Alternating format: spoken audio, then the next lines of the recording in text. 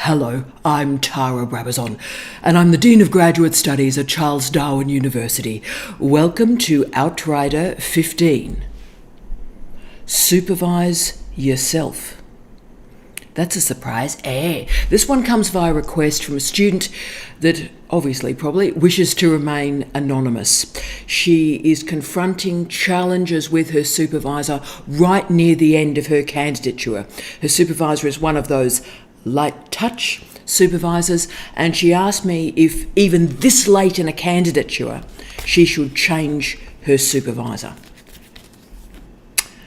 Right, so I'm going to suggest that she doesn't. There are many reasons to change a supervisor, and there can be success in that late change supervision. I've done a lot of those, but what I would say to you is as follows.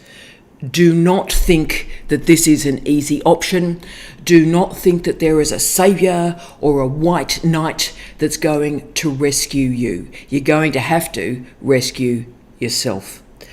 Yes, without a doubt, the great supervisors make a huge difference in your life and in your research career. Full stop. But at a certain point, colleagues, it's your thesis. Yep. It's your thesis.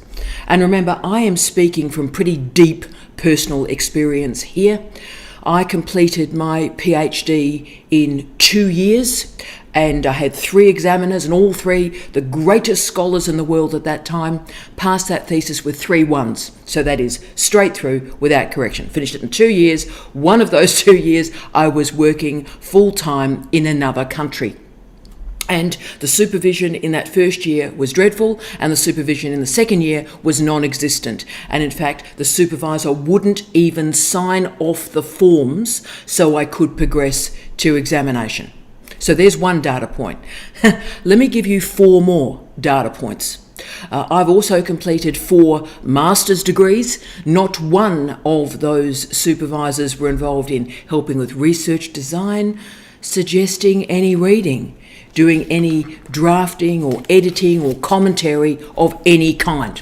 Okay, so we have 5 data points in one human being. But remember, these 5 data points come from multiple times, because I'm impossibly old, multiple times, multiple disciplines, and multiple universities. So I'm not looking at you today going, oh, well, you're going to have to supervise yourself, but, I had a fantastic experience. I had a dreadful experience, so today we're going to walk together through this, and I am going to help you to supervise yourself so you can finish. Okay, and we need to be honest about this, okay? Let's just get the foundation in place. Your supervisor may be just not there, just non-existent. Your supervisor may have retired, may have been restructured out of the organisation. Your supervisor may be so busy that they haven't even got time to go to the toilet, let alone read any of your work. So we need to accept that reality. That's real. That's reality. What are you going to do about it? What am I going to do about it? Together, let's do something. We've got 10 scenarios. Let's do it. 1. Firstly, do a time and motion study of your days and of your weeks. PhD students are time poor, I get that, and there's this endless worry that they're not going to finish in time. And of course, that's why so many supervisions and candidatures blow out to these impossible length of time, years upon years upon years.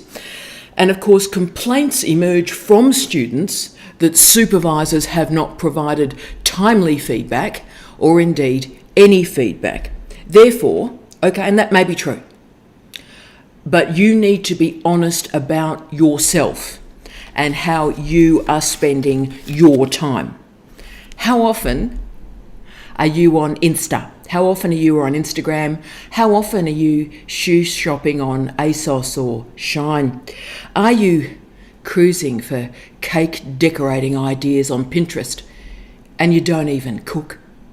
So be honest with yourself, colleagues. Look at your social media use. How many hours are you playing Death Road to Canada? Be really honest about that. So before you judge how other people are spending their time, look in the mirror. Seriously, look in the mirror. So for this final stage of the candidature, you need to Marie Kondo your life. You need to declutter your life. You need to give yourself 5 tasks to complete every single day, and you need to complete them. Now, Instagram will still be there when you're finished, trust me. So when we're talking about these late stages of the thesis, we have to talk about JOMA rather than FOMA. So it's not the fear of missing out, it's the joy of missing out. Knowing that for the final 3-6 months, say no to just about everything, to be frank. Joy of missing out. You're finishing a thesis. Tell people, I am finishing a thesis. I'm a bit busy. So know that you're going to miss out. Know that everything's going to be there when you finish, but you are committed to the finish. You are committed to the finish. As Tonya Dalton has shown, we only have 3 resources in our life: time, energy, and focus. How brilliant is that? So productivity emerges from predictable and stable systems. So simplify your routines. Work out what's important. Know what's important. Know what you can control. And get on with it. 2, be stronger than your excuses. This is a big one for me. This is my mantra every day, if I'm honest. It's been my mantra since I was 18 years old. Tara, be stronger than your excuses. Come on. Come on. Now, that mantra has allowed me to survive. And I've survived 10 universities in 4 countries. I've survived brutalizing, bullying, and abuse beyond what you can humanly imagine. And I'm still here. And I'm here because I'm stronger than my excuses. There are tens of thousands of times in my life where I could have given up, where I could have just been destroyed. But I made different decisions. And colleagues, I'll be honest with you, there have been hundreds of days in my life when my alarm's gone off at 2 a.m. in the morning and I've laid in bed and I've said, you know what, I'd prefer to be dead than living the day I'm about to have to live. And that's happened hundreds of times in my life.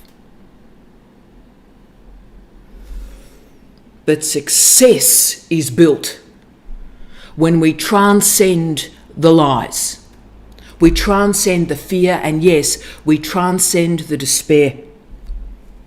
You see, what happens is we transcend the excuses and we make decisions. Excuses are easy. They're easy. So start to monitor your language. Start to monitor your self-talk.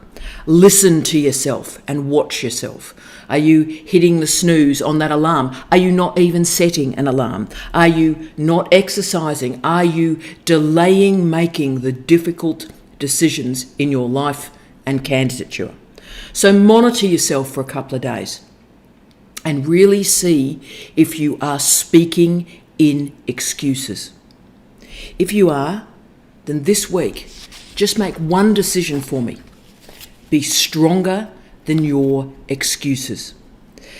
The students that I find most difficult to help as dean, and I've helped tens of thousands of students around the world, but the students I find most difficult to help are the ones that cover themselves with almost cotton wool of excuses. And when they've covered themselves in that cotton wool, they focus completely on what all these other people should be doing. Should. Actually, if you're supervising yourself, if you're getting on with it, you need to strip that cotton wool away. You need to look in the mirror and be honest. What do you see? What are you doing? How are you speaking to yourself? 3, are you self-motivated?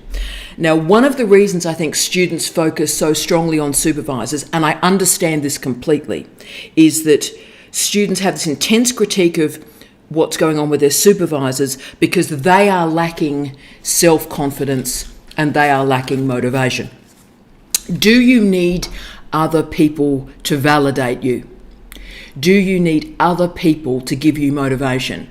And I'm being really honest with you this week. The hardest students that I manage on a daily basis are the ones that arrive in my office going, Tara, I'm lacking motivation. I've dropped in so you can motivate me. And I'm sort of thinking, wow, are we there?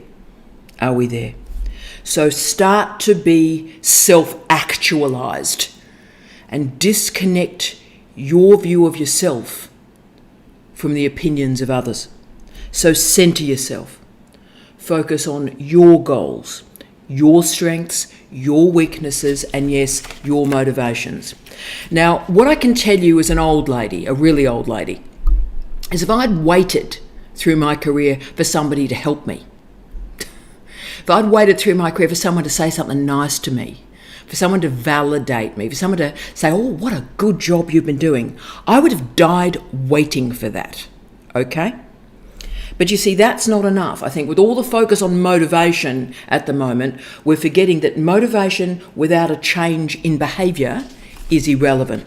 Work hard, commit deeply, enact productive patterns, and back yourself. You see, it's your responsibility every day to create a productive pattern of work. Do not rely on a supervisor to push you. The students I know that are in trouble and are going to be in trouble are the ones that are completely hooked into what their supervisor thinks of them. You must be self-motivated. And as I said, motivation means nothing if it doesn't change your behaviour. So watch yourself every day. Watch how you spend every 30 minutes of your day. Evaluate your motivation levels and evaluate how you are spending your time. All I ask is that you make good decisions. It's all it's about. Waking up in the morning and making good decisions. Now, I know that's challenging in itself. Most of us grew up with Oprah, and we've had all these weird gurus moving through popular culture. You know, the wonderful Professor Brené Brown, who is a wonderful human being, but still, Brené Brown, Dr. Phil, Dr. Oz, Tony Robbins, and of course, yes, Jordan Peterson. Now, this is all about the self-help movement, and the self-help movement emerged through Samuel Smiles' work in the 19th century. He wrote the book called Self-Help. This book was directed at working class men to help them better themselves. Well, supposedly. This is a book, Self-Help, about working hard, about self-sacrifice. And this self-sacrifice was actually without any real benefit for the individual that was sacrificing. You see, this book emerged during the Industrial Revolution in the United Kingdom. And remember, the Industrial Revolution created a horror movie of sickness, of despair, of overcrowding, maternal mortality rates, and early death. Great. And you see, the Industrial Revolution was killing people. And there were a series of movements at the time where working class people gathered together to try and create a revolution, to say, I don't want to die just to be in work. And the Chartists movement is a great example of that. But what happened was, as a countervailing movement, all these sort of posh critics started to write these books explaining to working class men in particular about why they just needed to suffer. And why they just needed to get on with it, knowing that like they'll work hard and then they'll die. And these books include Matthew Arnold's Culture and Anarchy, what a title that is, published in 1869, and of course Samuel Smiles' Self-Help, published in 1859. And remember the radicalism of this time. We've got Marx and Engels writing the Communist Manifesto in 1848. Charles Darwin's Origin of Species was written, not published, but written in 1859. So you can see how these really radical books on the right and the left cluster in this 20-year period. The self-help crew that we're living with today, the group I call the Believe and Achievers, they offer really simple answers to very complicated questions, just like this group did in the 19th century. So the Believe and Achievers want you to believe that you can do anything, no matter what context or injustice exists around you. If you work hard enough, you will be successful. And that's the mantra most of us have grown up with. But the problem is, that's wrong. It's not true. There are millions, hell, billions of people on this earth who work incredibly hard and never receive 1% of the success and the acknowledgement and the money that they deserve from what they do for the planet. I'm thinking nurses, I'm thinking midwives, I'm thinking teachers, I'm thinking the crew that build our infrastructure. These people are remarkable, and they're some of the most underpaid people in our culture. Now, I'm not saying that you shouldn't believe in yourself. I'm not saying, you know what, don't work hard. I'm saying the exact opposite. You need to believe in yourself, yes, and you need to work hard. But the economic system around you is volatile, brutalising, catastrophic, and often pointless. And you're going to have to compete very, very hard with a lot of people every single day just to make a living. So you as an individual, you're not free to succeed. If you just work harder, you're not free to succeed. And remember, there are people who are basing their entire careers on trying to convince you if you can just work hard enough, you'll succeed, right? But the truth is, there's so little in our life that we can actually control. And that's why, colleagues, in the parts of our lives that we do have some control, we have to work incredibly hard. We have to control what we can control. And remember, there are no winners in the game of life. We're all dead at the end. We're not going to win through this game of life. None of us get out of life alive. So make each day count. 4, professional development services and library services are the key to your future. Here we go. If you're supervising yourself, you need to assemble a panel of experts around you to help you. Librarians are key. Make sure you go to librarians frequently. We have wonderful librarians at Charles Darwin University. They are superb, helping students one-on-one to write, to work with systematic reviews. They are amazing, inspirational people. So enroll in courses from librarians. Learn from librarians. Librarians are the experts in information management in this supposedly post-information age. So go to the experts who can teach you software and hardware. Go to statisticians to check and verify your quant. If you're needing emotional support, then please, just about every university on the planet, including mine, have these fantastic colleagues that work on mental well-being and also work with counselling. Your supervisor is not a counsellor. Your supervisor is not a social worker, unless they are a social worker. Instead, create a team to enable your success. Enroll in professional development programs, yes, in your university, but also beyond your university. Short and long-term programs are available from LinkedIn, from Udemy, from FutureLearn. And just once a week, take one course. A lot of the LinkedIn learning courses are 1 hour.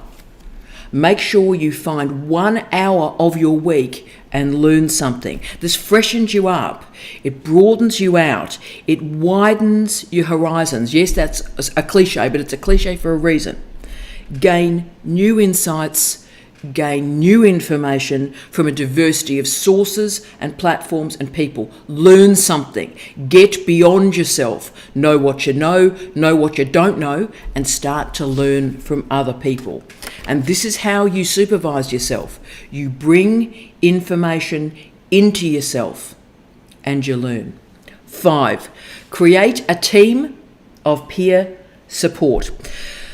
Some of the best students I've ever worked with, looking at Dr. Leanne McRae, some of the best students I've ever worked with, create a cohort or create a team around them, and they care for each other and they move together into success incredibly inspirational.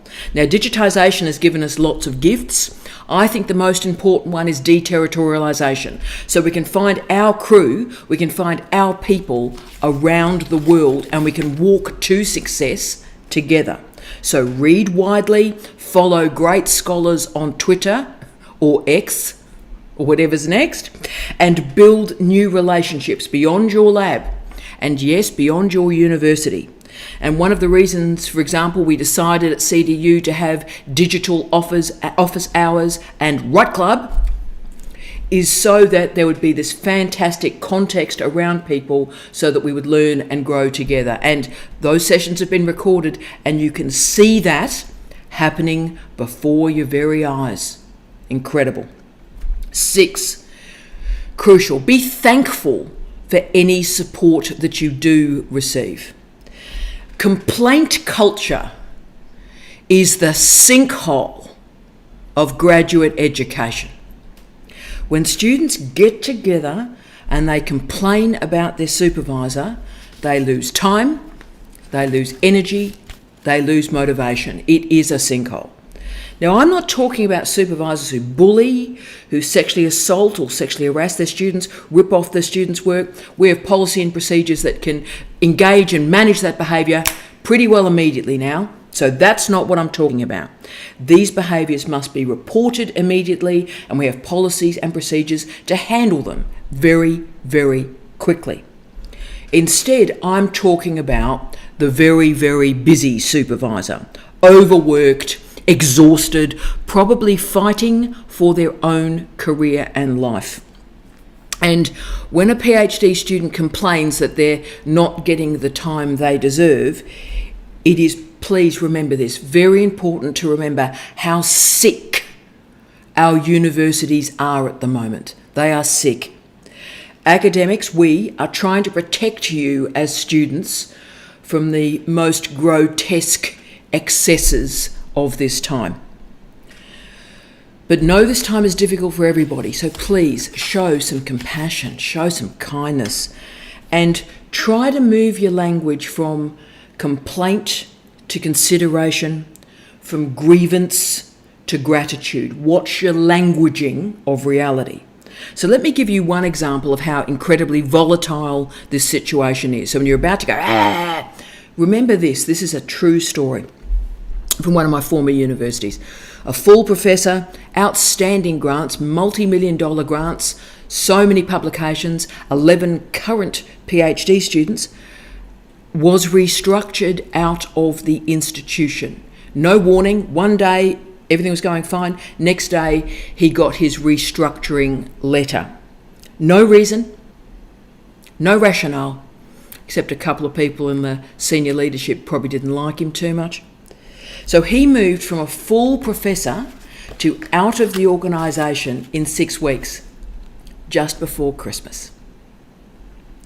And of course, all his 11 PhD students had to find new supervisors. And I know so much about the situation because I was one of those supervisors. Now, I tell you this story because I understand that you're worried about your thesis. I'm worried about your thesis too. We're worried about your thesis. But most academics around the world right now are frightened that they're not going to even be in work in a month's time. Therefore, I know you are suffering. I know that. I know that you are feeling neglected. But realise all the things that may be happening in the background.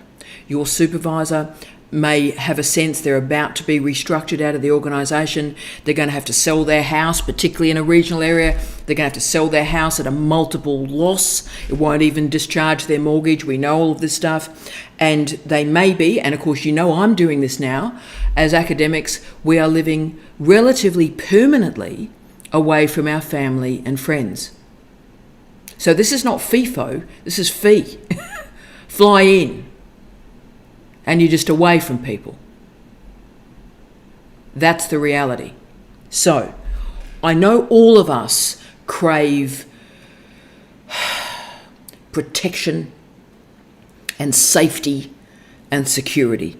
And our culture is really geared to organise these long-term commitments. commitments to romantic partnerships in the long term, raising kids, paying off a mortgage, going to work every day for 40 years, and then after you've gone to work every day for 40 years, then you retire and or die. So this is the life narrative that has been naturalised and normalised in our culture. Now, I think I was so fortunate, and the reason I've probably survived is I didn't have this middle class narrative that was configured for me by my parents. My wonderful parents married in 1950, and they're still married and they're still alive. It's fantastic. But so they had that was very stable, but everything else really wasn't. So they lived in 26 different houses in 40 years.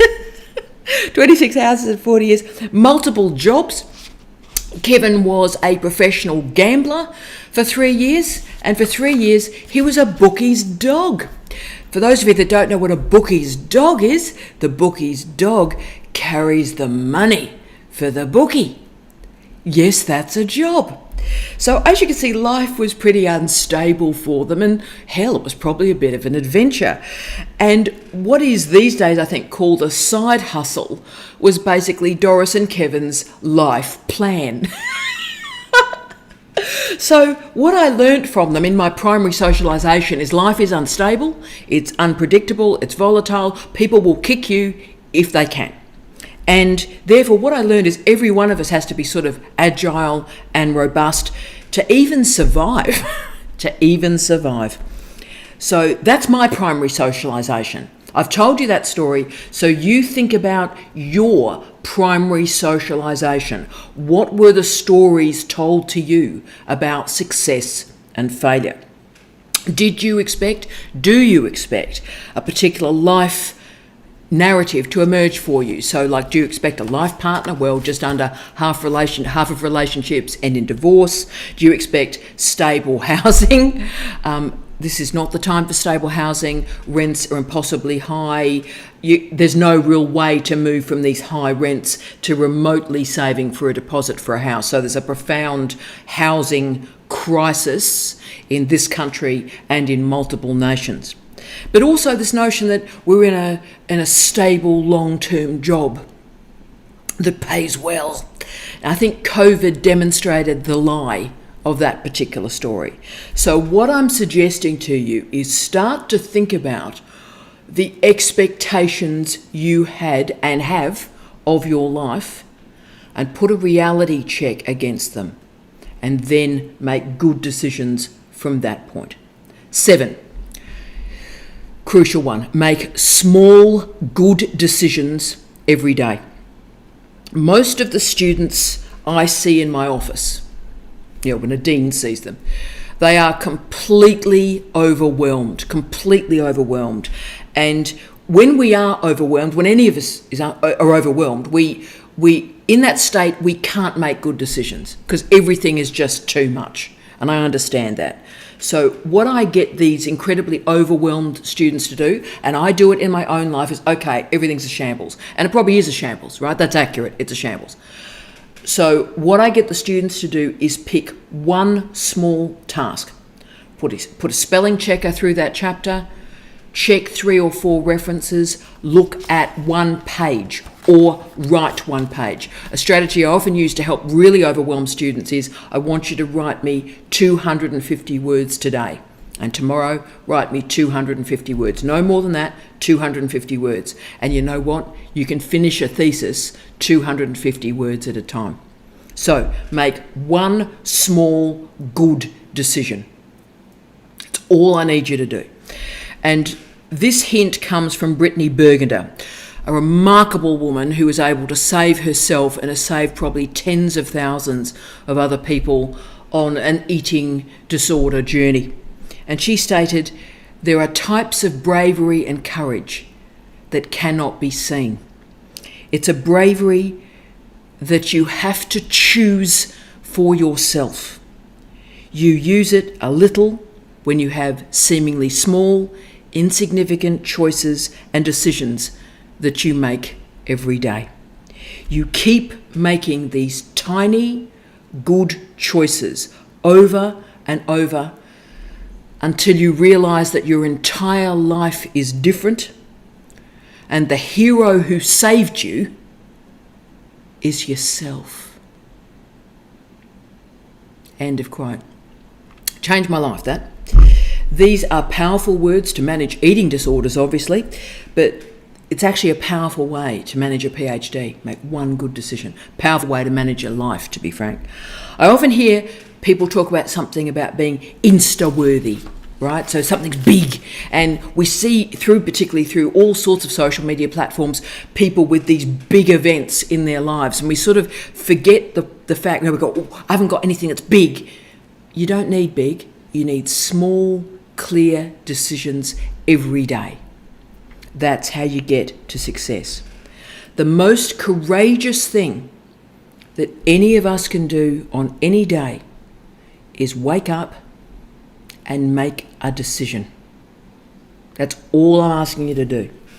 The problem, I think, is that PhD students want the big success. The big proof, the fantastic 3 data points, woo, woo, woo, or, some qual interviews that are just brilliant. We all want the big win. But research is not like that, and a PhD is not like that, and life is not like that.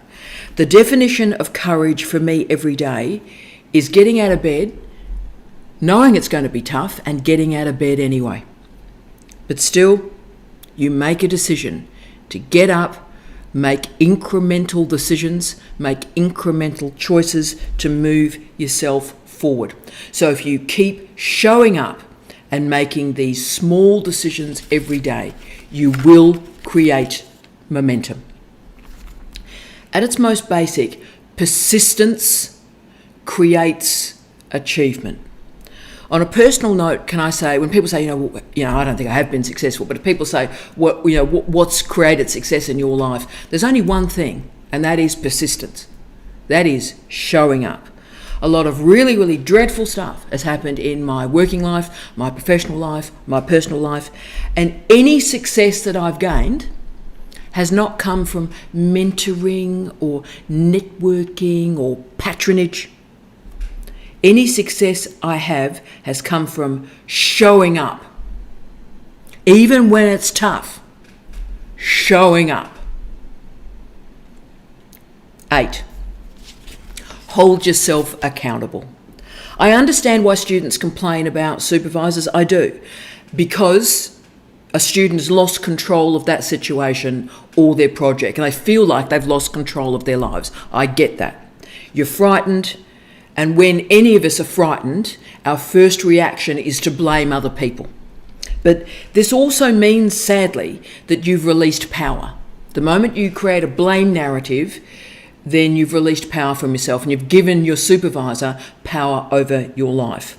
It is really important to sit in the power that it is your thesis. It is your thesis. And so therefore your understanding of progress and momentum is incredibly important. So map and track your goals. This is about your progress, not progress that is imposed by others. Use milestones. We're about to implement a full milestone program at CDU. And the reason that you're using milestones is you've got external assessors beyond your supervisors who are helping you work out how is this going, what can we do to help you. So you've got that group to help you succeed. But remember, every comment and critique you receive must be filtered to you via your goals. You're not living other people's goals, you're living your own. So hold yourself accountable. Do not release your power.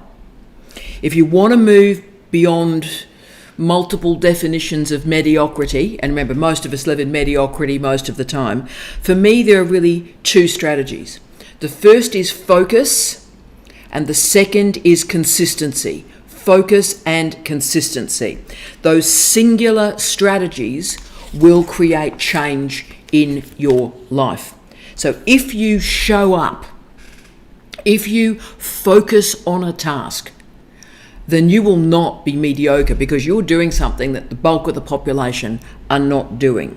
But if you're unreliable, if you demonstrate the inconsistency of a Teletubby when the tubby custard runs out, then you're just not going to succeed. 9. Are you operating in a fear of failure rather than a fear of success? This is a new one for me as someone who has been a dean and worked in universities through the pandemic and beyond it. It's the fear of failure that I think's increased in the last 5 years. You see, so much of our culture is currently organised around avoiding somebody attacking you or bullying you, and just sort of hiding away from what's going on in life because it's so brutalising. I understand that. It's a fear of failure. And I get it. The problem is that when you have a fear of failure, it means that you're so cautious and just so careful that we actually sort of end up doing nothing because we're endlessly wondering what other people are thinking of us. Now, I get the fear of failure, but the problem is the fear of failure then leads you into the vortex of mediocrity, so that you're not really striving and you're not really trying. So I understand what the problem is, and I understand why, particularly now, this problem exists in PhD students. But what I would say to you, if we can name this fear of failure, then we can manage it. The best way to hook yourself out of this fear of failure is to replace one word with another. Very simple strategy, works incredibly well. So whenever you even mentally have the word failure appear in your life, replace it with feedback. Failure to feedback. No failure, feedback. Now, it is emotionally dreadful to talk about failures. I get that. But what if we take the emotion out? Let's just make a decision to do this. And whenever there's discussion of failure, we hear feedback.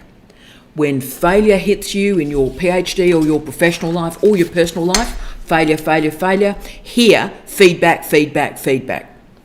Failure is tough, feedback is important, and mediocrity emerges when we treat feedback like failure. Excellence emerges when we treat failure like feedback. So please remember, this university system doesn't want you to be successful. This system wants the people in power to remain in power. Universities are gatekeepers, they create insiders and they create outsiders. And if you come from a working class background, you are an Indigenous student, a student of colour, a student with an impairment or a disability, an older student, or indeed even a woman. And you'll notice there, I've probably just listed the overwhelming majority of the world's population. But still, that's the point. You see, the universities are not constructed to enable your success. This system wants you to fit in, produce acceptable teaching and research that is fitting for national priorities and what funders require at a particular time. Excellence is different. It requires that you move beyond the acceptable. So you're going to receive a lot of feedback in your life. You probably are right now. And you may be reading and hearing that as failure. But all I ask you to do is persist. Just keep showing up for me, okay? And you may not be acceptable in this system, but you may just change it. 10. Move your mind furniture and ask different questions. We all have some very damaging questions that we ask ourselves that come out of despair and come out of fear. You know, why is this happening to me? Why did he say that? Why did this person do this to me? Why has my supervisor just walked away? Remember, it's happened to me 5 times. Okay, so these questions are drenched in emotion, in sadness, in fear, and in worry. But the problem is, even if we can answer those questions, the answers are not productive to us.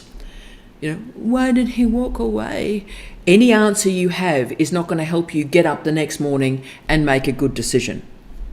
So think about the sort of answers that you're giving when you're asking yourself that question. I'm not good enough. She doesn't like me. He doesn't like me. No one cares about me. I can't tell you how often in the office someone says to me, no one cares about me. And it's like they're in my office and I'm caring for them and they say no one's caring for me. Okay. So these are not productive questions and they're not productive answers. So the best strategy to move your mind furniture is to understand and actually speak what you are frightened of and be really clear and then go, okay, I'm frightened of that. Log it, confirm it, but then just simply commit to the process. The thing about a PhD is it's pretty straightforward, to be honest. Most people that finish a PhD pass. People don't realise that. So if you just keep showing up, if you keep persisting, you'll pass. Because the PhD is a series of small decisions every single day. And that personal commitment to be present in the present detaches yourself from what other people think of you.